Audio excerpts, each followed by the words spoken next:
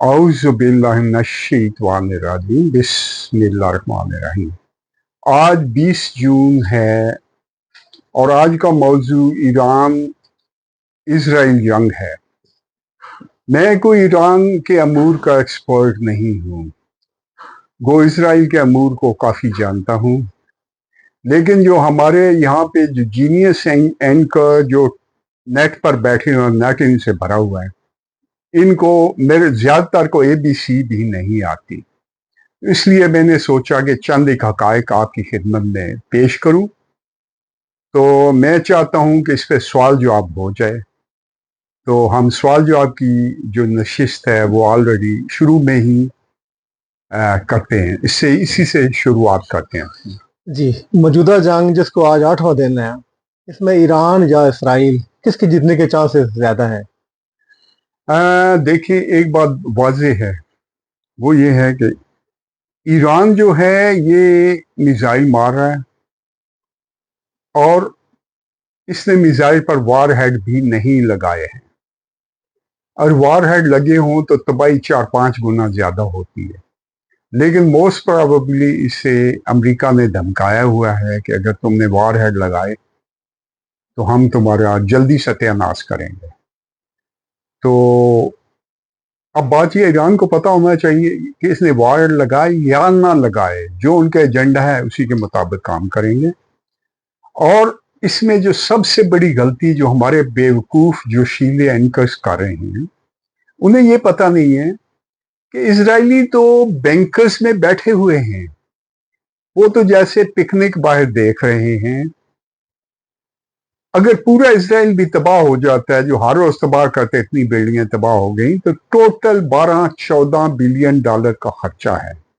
وہ خرچہ ایسے ہی ہے جیسے ایک عام آدمی پاکستان میں، عام آدمی، تنخواہ دار آدمی 1-1.5 لاکھ روپیہ خرچ کرے، تو ساری بلڈنگیں تباہ ہونے کے بعد اتنا خرچہ ہے۔ انہیں چاہیے تھا کہ جو بینکر بلسٹر بمب ہیں یہ ان کے پاس ہوتے، اس کے بعد اسرائیل اس جنگ میں چند دنوں بعد ہی مجبور ہو جاتا صلح پر، مگر ایران نے اس کی کوئی تیاری نہ کی اور سمجھنے کی کوشش نہ کی کہ اسرائیل کس جگہ پر بیٹھا ہے اور ہم اس کا مقابلہ کس طرح کریں گے۔ تو آپ کے سامنے ہے کہ نتیجہ کیا ہونا ہے۔ نتیجہ ایران کی فتح نہیں ہوگی، اسرائیل کی ہوگی، اور مجھے بڑے افسوس سے کہنا پڑتا ہے کہ یہ ہونا ہے۔ چلیں آگے۔ اس موجودہ جنگ میں کون کون سے مسلم ممالک ایران کی مدد کر سکتے ہیں؟ دیکھیں، مسلم ممالک اس کی مدد کر سکتے ہیں، لیکن اس کے پڑوس میں جتنے ممالک ہیں وہ اس سے ناراض ہیں۔ اس کی وجہ یہ ہے کہ ایران نے شیعہ انقلاب ایکسپورٹ کرنے کی پوری کوشش کی۔ یہ کوشش شام میں کسی حد تک کامیاب رہی، جہاں بشار الاسد کی حکومت کو، جس کو امام خمینی نے کافر قرار دیا تھا، اس کو دوبارہ انہوں نے مسلمان بنا دیا اور اس کی پوری مدد کی، جس کی وجہ سے وہاں بہت سے سنی ذبح ہوئے۔ مجھے ذاتی طور پر سیرین ملے ہیں، انہوں نے بہت سی وجوہات بتائیں۔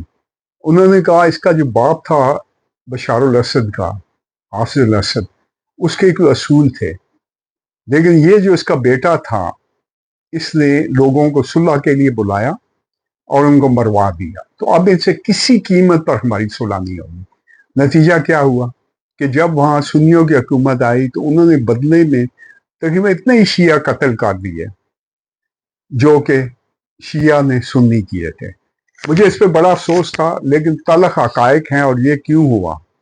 اچھا، یہی حساب جو ہے لبنان کے ساتھ کیا گیا، کیونکہ لبنان میں انہوں نے حزب اللہ جو شیعہ ملیشیا ہے اس کو انہوں نے سپورٹ کیا، اور وہاں اتنا اسلحہ جمع کر دیا جو پاکستان جیسے ملک کے پاس بھی نہیں، اتنی کوانٹٹی میں تھا۔ آج سے 4 مہینے پہلے جو اسرائیل حماس جنگ ہوئی، اس میں سے 70 سے 90% اسلحہ تباہ کر دیا گیا، جو اربوں ڈالر کا تھا، 1-2 ارب نہیں، بہت سے ارب ڈالر کا تھا، تو وہ تباہ ہو گیا۔ حالانکہ اس سے پہلے عرب آ کر اس سے ریکویسٹ کر چکے تھے کہ آپ ہماری حزب اللہ سے جان چھڑائیں، جو وہاں پہ ہمیں کڈنیپ کر کے بیٹھی ہوئی ہے، ڈرگ ڈیلنگ بھی کرتے ہیں اور زبردستی ہم پر قبضہ کیا ہوا ہے۔ لیکن جو ہی وہ ڈیلیگیشن واپس کیا، انہوں نے امداد اس کی ڈبل کر دی، تو وہ بھی ناراض ہیں لبنان والے۔ اب آگے چلیں، عراق میں بھی انہوں نے کوشش کی اپنا انقلاب ایکسپورٹ کرنے کی، اسی چکر میں عراق کے ساتھ ان کی صدام کے ساتھ 10 سال جنگ رہی، جو آپ کے سامنے ہیں۔ پھر اس میں انہوں نے ایک ایریا اہل تشیع کا علیحدہ کیا، تو عراق بھی اس وجہ سے بہت ناراض ہے۔ آگے چلیں، یمن والے ناراض ہیں، جو یمن، کیونکہ حوثی وہاں پہ ٹوٹل جو ہیں شیعہ تعداد 10% سے بھی کم ہے، لیکن حوثیوں کا قبضہ کرا دیا گیا، جو ابھی تک برقرار ہے۔ پاکستان میں بھی قبضے کی کوشش ہوئی، اور سعودی عرب میں 2 بار، ایک بار 82 میں جب خانہ کعبہ کو کیا گیا، اور یہ پاکستانی فوج ہی تھی جس نے جا کے ٹی ایم شاہ صاحب تھے جن کی سربراہی میں یہ کیا گیا۔ تو یہ تمام مسلمان ملک اس سے ناراض ہیں، کیونکہ ایران نے انقلاب ایکسپورٹ کرنے کی جو کوششیں کی تھی، ایک تو وہ کوششیں ناکام ہوگی، سیریا اب ان کے ہاتھ سے نکل چکا ہے، لبنان نکل چکا ہے، عراق میں بھی ان کے پاؤں لڑکھڑا رہے ہیں، تو اب جا کے پھر بہت سی اور انہوں نے غلطیاں کی کہ ایران میں سنی جو آدھی تعداد میں، تقریباً اصل میں آدھی تعداد میں، ان کو بہت دبایا گیا ہے، تو وہ بھی مخالف ہیں، تو ان کی وجہ سے سنی حکومتیں جو باہر کی ہیں بڑی مخالف ہیں۔ جی، مقصد یہ ہے وہ مدد اندر سے نہیں کرنا چاہتے، پاکستان اس کے باوجود مدد کر رہا ہے۔ ان کے جو سائبر اٹیک ہوا تھا تو ان کے سارا سسٹم جام کر دیا گیا تھا، وہ پاکستان نے غالباً کھول کے دیا، اور اسرائیل کا 2 گھنٹے سے زیادہ لاک رہا تھا، سائبر اٹیک کر کے ان کا جو سسٹم لاک، وہ بھی غالباً پاکستان نے کیا تھا۔ جی آگے چلیں۔ اگر پاکستان کو اس موجودہ کنفلکٹ میں ناگزیر حالات میں انوالو ہونا پڑ جاتا ہے تو اس صورت میں پاکستان اور اسرائیل کی طاقت کا تقابلی جائزہ پیش کریں آپ۔ دیکھیں، بات یہ ہے کہ پاکستان نے جب سب سے پہلے دیکھیں کہ آج کل 70-80% وار جو ہے یہ ہوا میں لڑی جاتی ہے۔ پر پرانا یہ تھا کہ پہلے جہاز جاتے تھے وہ علاقہ جا کے بینکرز وغیرہ تباہ کرتے تھے، ٹینک تباہ کرتے تھے، پھر اس کے بعد ٹینک جایا کرتے تھے، ٹینک جا کے رہائش سے جو لوگ تھے ان کو ختم کرتے تھے، اس کے بعد پیدل فوج جا کے قبضہ کرتی تھی۔ ٹینکوں کا کام تھا کہ جو مورچوں میں 1-2 زخمی ہیں ان کو مار دے تاکہ پیدل فوج کا کم سے کم نقصان ہو۔ لیکن یہاں پہ اب جنگ چینج ہو چکی، اب میزائل اور جہاز، ڈاگ فائٹ بھی نہیں ہوتی، اب سے 200 کلومیٹر دور سے ایک دوسرے پر میزائل داغے جاتے ہیں۔ تو اب سائبر اور اس کی ہے، تو پاکستان سائبر میں چائنا کی وجہ سے اسرائیل سے بہت آگے ہے، تو اگر وہ اسرائیل کے ساتھ کہیں لڑتا ہے، پاکستان لڑتا ہے، تو اس کو بہت زیادہ اسرائیل کو نقصان اٹھانا پڑے گا۔ نقصان پاکستان کا بھی ہوگا، لیکن پاکستان کے پاس جو ایٹم بم موجود ہیں اس کی وجہ سے اسرائیل بھول کے بھی یہ غلطی نہیں کرے گا۔ نمبر 2، یہ جو آئی ٹی میں بہت آگے جا چکے ہیں، کیونکہ چین امریکہ سے بھی آئی ٹی میں بہت آگے ہے، اس میں کوئی شک نہیں ہے۔ میرے کوئی دوست چائنا گئے تھے جو اس کے ایکسپرٹ ہیں، انہوں نے مجھے تفصیل سے بتایا۔ پھر ہمارا بہت ہائی مورال ہے، جذبہ ہے دشمنوں کے خلاف لڑنے کا ہماری قوم کا۔ پھر ہماری بہت محب وطن فوج ہے، جس فوج میں تفریق نہیں ہے، اس میں چاہے سنی، چاہے شیعہ، چاہے کسی قوم کے ہوں، وہ ایک جتھا بن کر لڑتے ہیں۔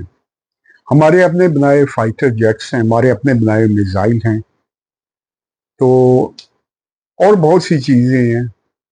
اور انڈیا کا جو حملہ تھا ہم پہ ابھی پیچھے ہوا 9 مئی کو یا 7 مئی کو، اس میں پیچھے اسرائیلی انسٹرکٹر بھی تھے اور اسرائیلی ڈرون بھی تھے، انہوں نے اپنی ساری ٹیکنالوجی جھونکی تھی، ان کا جو حشر ہوا وہ آپ کے سامنے ہے۔ اسرائیل آلریڈی پاکستان کے مقابلے میں جنگ آدھی ہار چکا ہے، تو آگے اللہ ہی جانتا ہے، لیکن اسرائیل کو اتنا سخت مقابلہ ہوگا کہ اسرائیل کا شاید پنجابی بھی کھ کنڈا بھی نہیں رہے گا۔ مجھے اس بارے میں کوئی شک نہیں. اور پاکستان سے جنگ چائنا سے جنگ ہے، ٹھیک ہے، تو اسرائیل کبھی بھی یہ جنگ نہیں جیت سکتا کسی بھی قیمت پر. جی ہاں، ایک اور سوال پیدا ہوتا ہے، اگر ایران شکست کھا جاتا ہے تو اس صورت میں اور اسرائیل کا قبضہ بظاہر ہو جاتا ہے تو پاکستان کا ریئیکشن کیا ہونا چاہیے؟ دیکھیں، یہاں پہ جو ایران دو ہیں نا، ایک حامی لابی ہے، وہ تو ایران کی فتح ابھی سے کرا کے بیٹھی ہے، جن غریبوں کو پتہ نہیں ہے. لیکن جو ایران مخالف لابی ہے، ان کا کہنا یہ ہے کہ پچھلی حکومت جو تھی وہ ایران کی الائنس تھی، اس کی ایران سے اسرائیل سے الائنس تھی. اسرائیل آلریڈی وہاں بیٹھا ہوا تھا، اور وہ کہتے ہیں کہ ہر دفعہ اسلام کی کمر میں چھرا گھونپا گیا، ہر موقع پر ہر جگہ پر گھونپا گیا. تو اب جو حکومت اگر ان کی آ جاتی ہے تو یہاں پہ سیکولر بنے گی، شاہ رضا پہلوی کو لائیں گے، وہ بھی یہی کرے گی. لیکن چونکہ پچھلا جو شیعہ فرقہ تھا، انہوں نے وہ جو لابی مخالف کہتی ہے، انہوں نے سنیوں کو بہت زیادہ دبایا، یعنی وہاں سنی کہنا بھی اپنے آپ کو مصیبت میں ڈالنا تھا. تو اب وہ چیز تو ختم ہو جائے گی، کم از کم سنی جو ہیں وہ آزادی سے اپنا جو بھی سسٹم ہے چلائیں گے. ان کے علیحدہ عبادت گاہیں ہوں گی، اب ان کو عبادت گاہیں بھی نہیں آتی نا، یہ سب کو ایک میں کرنا پڑتا ہے. پھر پاکستان میں جو شیعہ مداخلت ہے یہ بہت زیادہ ہوتی رہی ہے، اور جو ہمارے بریلوی بھائی ہیں ان کو جس سپیڈ پہ شیعہ کیا جا رہا ہے پیسے ڈال ڈال کر، اس کا بھی کوئی خاتمہ ہو جائے گا. تو بہت سی اور چیزیں ہوں گی جن میں اس وقت مینشن یہ مخالف لابی کہہ رہی ہے. اور جو ان کی حامی لابی ہے وہ کہتے ہیں کہ ایران جیت چکا ہے. ایک بات اچھی ہے کہ ایران اسرائیل کو پہلی دفعہ سخت قسم کا مقابلہ کرنا پڑ رہا ہے، لیکن چونکہ وہ بینکروں میں بیٹھے ہیں ان کے بندے مرنے سے فرق پڑتا. اگر ان کے 2000 بندے بھی اگر ان کے مر جاتے اسرائیل کے، تو میں سمجھتا ہوں کہ ایران فتح یاب ہو گیا، اور یہودی سب نے وہاں سے بھاگ جانا تھا. جی یہ بات تو اظہر من الشمس ہے کہ امریکہ کی آشیرواد کے بغیر ایران پر اسرائیل کبھی حملہ نہیں کر سکا تھا. اب اگر یہ حملہ ہو گیا ہے تو اس میں اسرائیل اور امریکہ دونوں کے مشترکہ مقاصد کیا ہو سکتے ہیں؟ دیکھیں، ایران اور اسرائیل دونوں ان کے دو ہی مقاصد ہیں. یہ ایران کے تیل کو اپنے کنٹرول میں لانا چاہتے ہیں، نمبر 1، کیونکہ ایران تیسری بڑی طاقت ہے جو تیل بیچتی ہے، وہ تیل کو بھی اس بہانے کنٹرول کریں گے. عراق میں آلریڈی وہ اسے کنٹرول کر رہے ہیں، سعودی عرب کو آدھا کنٹرول کر رہے ہیں. نمبر 1 یہ ہو جائے گا. دوسرا یہ ہے کہ ہو سکتا ہے، جو مجھے امکان نظر آتا ہے، کہ جو حکومت تھی اس کی، جو ابھی موجودہ حکومت تھی، تو یہ ان کی اتنی باتیں نہیں مان رہی تھی، حالانکہ انہوں نے سب باتیں مانی، لیکن کچھ ایسی تھی جو شاید نہیں مان رہی تھی، جو شاید تیل کے حوالے سے، اور شاید ایٹامک، کیونکہ ایٹم بم میں ایران ابھی بہت پیچھے ہے، انہوں نے 60% آف زدگی پر پہنچے ہیں، تو 90 سے کہ ایٹم بم کا کام سیریس ہوتا ہے. تو اس وجہ سے وہ چاہتے تھے کہ اس حکومت کو ختم کر کے اپنی زیادہ فرینڈلی حکومت کو لے آئیں. اور چونکہ جو ایران کے عوام ہیں ان میں سے 70% نہیں، شاید 80-85% عوام اس حکومت کی، مذہبی حکومت کی مخالف ہے، تو وہ لوگ ان کا ساتھ دیں گے اور ان کو زیادہ بہتر کنڈیشن مل جائے گی. جی تو کیا امریکہ اس جنگ میں ڈائریکٹ انوالو ہو سکتا ہے؟ اگر اسرائیل کو مار پڑنی شروع ہوگی، ایران اسی وجہ سے اس پر وار ہیڈ نہیں لگا رہا ہے، لیکن اسے چاہیے کہ وہ بیرل وار ہیڈ لگائے، کیونکہ ان کی ساری قیادت جو ہے اس کو شہید ہو چکی ہے، تمام کی تمام. اور ان کے جتنے اٹامک سائنٹسٹ تھے وہ بھی ختم ہو چکے ہیں. ان کے باقی جتنے بھی فوجی جرنیل تھے، جتنے بھی دوسرے تھے، تو امریکہ کی انوالومنٹ آخر میں ہوگی شاید. مثلا ان کے 2 ایٹمی ریئیکٹر تھے، ایک انہوں نے تباہ کر دیا، دوسرا جو فردو کے مقام پر ہے، یہ زمین میں کوئی 200 میٹر گہرا ہے. تو امریکہ کے پاس 100 میٹر سے زیادہ ہے. امریکہ کے پاس ایسے بلاک بسٹر بم ہیں جو زمین میں 200 میٹر تک مار کرتے ہیں. تو اگر ایک نہ چلے تو یہ دوسرا اس جگہ پر مار دیں گے.